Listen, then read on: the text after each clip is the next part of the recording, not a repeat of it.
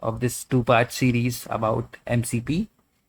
In the first part, we talked about what MCP is, why do we need MCP at the first place, what are MCP servers, what are applications of MCP, and I also showed you an example of an MCP that I created. Now in this video, we'll dive a little deeper into some more concepts.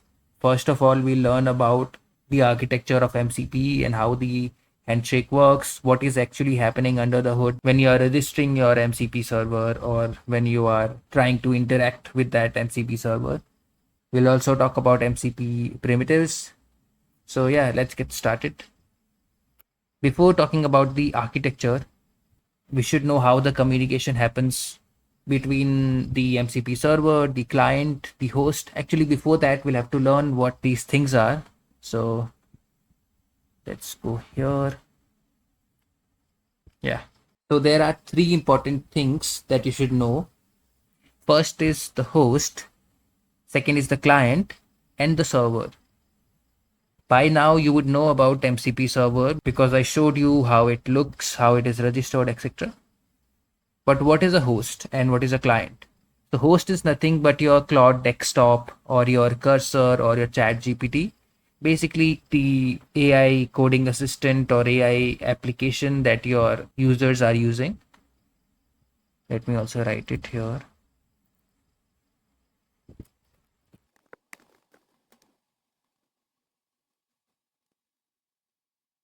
And then client is something that the host spins up whenever you connect a new MCP server. So the use of client is just to have a one-on-one connection with an MCP server. So if I have an MCP server for Gmail, for example, then we'll have one client. If I have another MCP server for, let us say, GitHub or YouTube, for example, then we'll have another instance of a MCP client, which will be talking to another MCP server. And then if we add another MCP server, then we'll have another MCP client for one-on-one connection to that particular MCP server. And now the third thing, MCP server, you know about this. This is the one that does the actual work. So the MCP server is where all the tools live, where we write the tools, prompts, we write details about resources. So this is where the actual stuff happens. MCP host, I as a user will be talking to the MCP host. MCP host will spin up a new client whenever a new MCP server is registered. This communication between them happens through JSON RPC. Basically, the client will send a JSON RPC request to the MCP server, and then the MCP server will send back the response again in JSON RPC. What is JSON RPC? This is how it looks. Just a message format in JSON. That's it. Actually, this is a very good example as well. So this is basically a JSON RPC request that the client will send. Let me show you the entire workflow. So the user, for example, says, what are the number of nodes in the cluster? Like in previous example, that is what we did. What are the number of nodes in the cluster? So now chat GPT or Claude or whatever, it has already spinned up an MCP client when we registered our MCP server. I'll show you how that is done as well. And now MCP client will talk to the MCP server via standard input output. So it will send a JSON RPC request to the MCP server. This is how it will look. So it will be a tool call, and instead of list pods, it should be list nodes because we are trying to list the number of nodes. And then this MCP server will actually run that particular commands. So in our case, MCP server has these tools. One of them is list nodes, as I said. And in that, it is actually talking to our Kubernetes cluster via the Kubernetes client SDK. So this MCP server will then go ahead, talk to our Kubernetes cluster and get back a response. So it gets back a response, and then this sends a response back again through standard input output and in this JSON RPC format. So it will send back the same ID as the request, and it will send you these details that, okay, in this case it was list pods. So it is listing out the name of pods, which is Cube API server, core DNS, etc. You don't need to know about all these details. These pod names are internal to Kubernetes. So don't worry about that. Just remember that it sends back the response from the tool calling that happened. Whatever command you write in your tools, it will just run that particular tool, get the output, send back in JSON RPC format to the MCP client itself. Now that we know about all these details about host, client, server, etc., let's have a look at the MCP handshake that happens.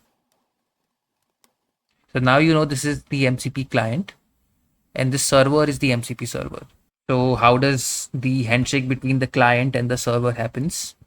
By that, what I mean is that when you register a new server, let me also show you how that happens. I think I have a screenshot for that as well. Yeah, this is the screenshot for the configuration that I had to add in order to add my MCP server. So this is my Claude desktop. If I go over here, settings, developer, I have connected my MCP server, right? But how did I connect it? So this is basically the desktop config file for Claude. If I open it up using text editor, yeah. So this is how I connected my MCP server to my Claude desktop. This is what I added. So you can see we are calling MCP servers. We have only one MCP server over here. Basically, this is where my binary is. And then arguments are something that I have registered in my MCP server. So basically allows you to write some destructive commands or call some destructive tools in the cluster as well. But let's not go there. It's just an argument that you can pass, the user can pass over here in the config JSON, and accordingly we can use it in our MCP server. As soon as I add it, it shows up over here, and that is when the handshake between the client and the server happens. So as soon as this is added, Claude creates a client in order to talk one-on-one with this particular MCP server, and then that particular client starts performing a handshake. What happens there is, first step is initialize. Basically, the client will send a initial message or a JSON RPC message to the server over standard input output, and the client will introduce itself. So the client will have details about, okay, I am a client from Claude Code. These are my capabilities. This is my protocol version, etc., etc. And then the server will send back a response telling, okay, these are my capabilities. This is my protocol version, etc. By capabilities, I mean server will tell, okay, do I have tools? Yes, I have tools. Do I have prompts? Yes, I have prompts. Do I have resources? I don't have resources, etc., etc. We'll talk about all those things later. But yeah, the idea is that client will tell about its capabilities and server will do the same. After that, client sends an initialized message. So if everything works out fine, the protocol versions are compatible with one another, client will just send a one-way message called initialized. Okay, the handshake has been initialized. That's it. It won't receive any response from server for this. Next, client will again send another response for tool discovery. So client will ask what all tools you have. And then server will respond with, okay, I have these many tools and this is the description of each tool, etc., etc. Like it is said here, tool definitions. And similarly, like we had for tool discovery, we'll do the same for resource discovery and then for prompt discovery. And the server will just respond with, okay, this is the resources I have and these are the prompts that I have. Now I'll talk about resources and prompts. Before that, how are we sending requests? How are we sending a request for tool discovery and a separate one for resource discovery? This is nothing but a method. In the protocol itself, we have these methods. So the client can send a method, like if you are aware with the HTTP protocol, you can send methods like get, post, etc. Here you can send methods like tool lists. So let me write it down. Tools list. And then here it sends a method called resources list. And then here it sends a request with a method called prompts list. So that is basically how the handshake between the client and the server works. Now, what are prompts, resources, tools? Tools are nothing but a way for our MCP server to perform any tasks. Let's go back to my example. So these are all the tools that I have. This is where I register all my tools. Let us take example of list nodes, which is the tool that would have run in our case because we listed the nodes or servers in our cluster. So this is how you register a tool. So this is the name of the tool. This is the description. And then I have added this optional annotations. It is optional. You can add it or choose to not add it as well. And this is where we are doing the actual work. So this is where we are actually going to list the nodes. And when we send back the response, we just don't want to send back, okay, this is the list of nodes. We want to give some more information. So that is what we are doing here. Node roles, status, internal IPs, etc. And this particular function is being called over here in order to register that particular tool. So that is what tools are. If I have to show you again, I don't want to go into the Kubernetes side of it right now. So let us keep it simple because some of the people watching this might not be from that background. So for them, I would just request you that think of pods to be something like applications. So all the applications that you create, a front-end application, a back-end application, we call them pods in Kubernetes. So if I say list the pods running in cube system namespace. Now these are some Kubernetes concepts. I don't really want to touch on them. So about these things, pod, namespace, or cube system, please ignore that for now. So let's just focus on what Claude Desktop is going to do after this.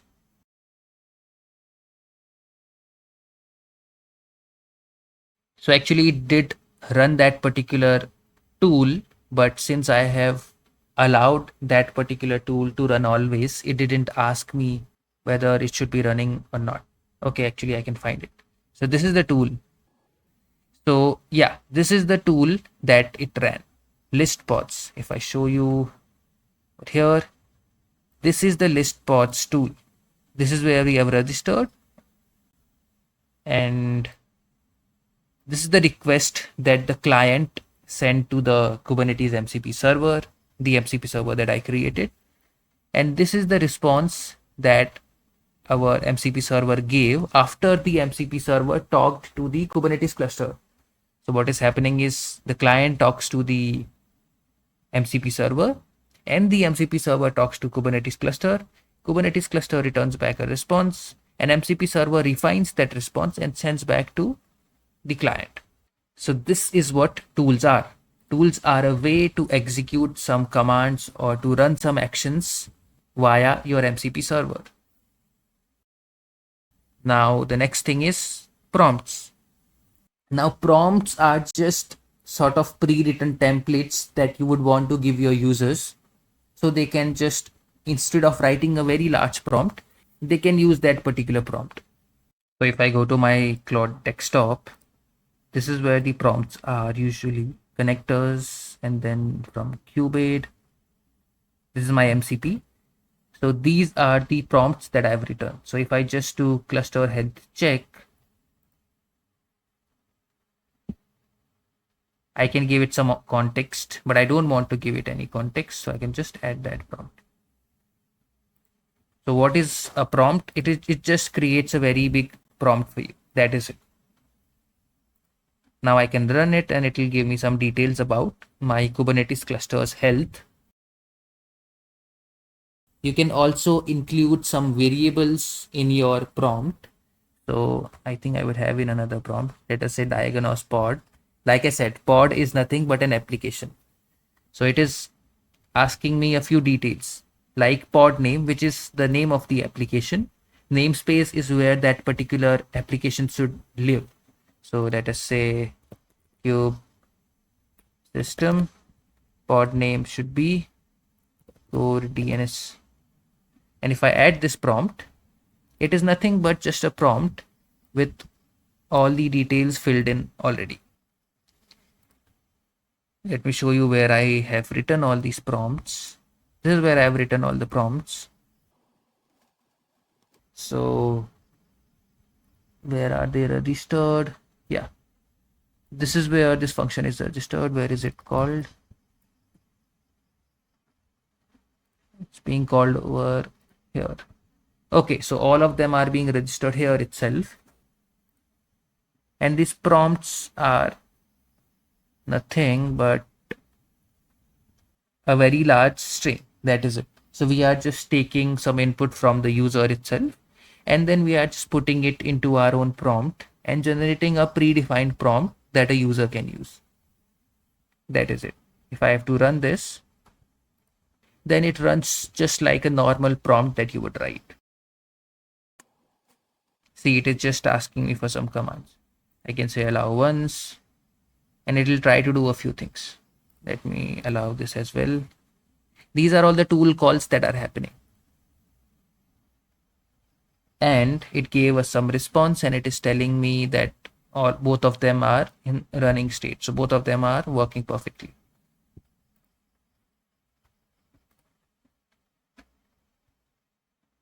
Okay, we forgot one more. There's one more called resources. So resources are nothing but files you would want to attach with your MCP server so that in case the model needs to read that particular file, it can read it. So it's like our MCP server is giving a few details. It is telling, okay, this is a file which has some details. Now, if that host ever needs to read that particular file details, then it can read it. So basically, we will register our resources and we'll tell it in the description itself that, okay, this resource is useful when you do XYZ. And the host, whenever it feels the need to read that particular file, it can read that particular file. So these are the MCP primitives, the prompts, tools, and resources.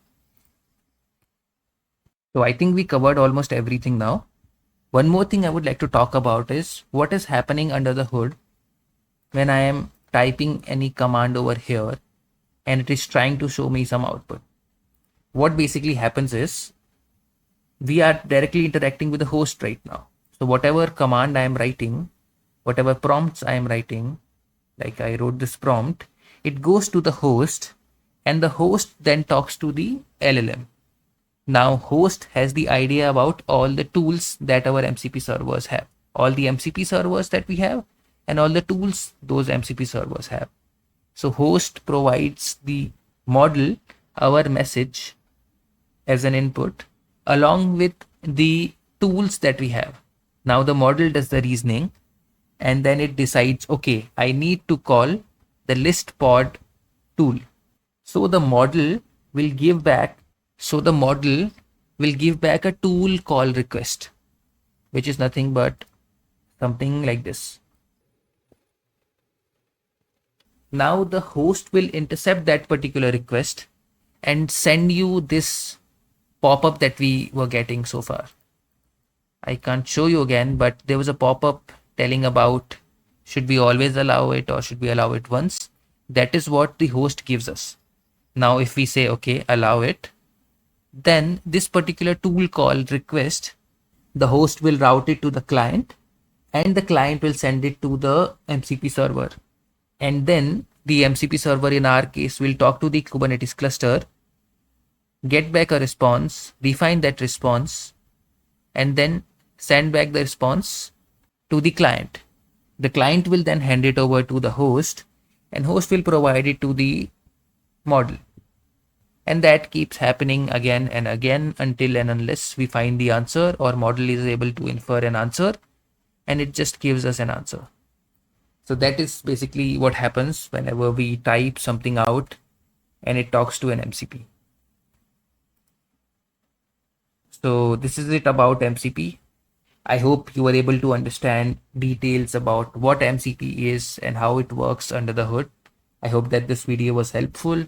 If you want to watch more content around Go, Kubernetes, AI, etc., then check out the channel, subscribe and like. In either case, thank you for watching this one, and I'll see you in the next one.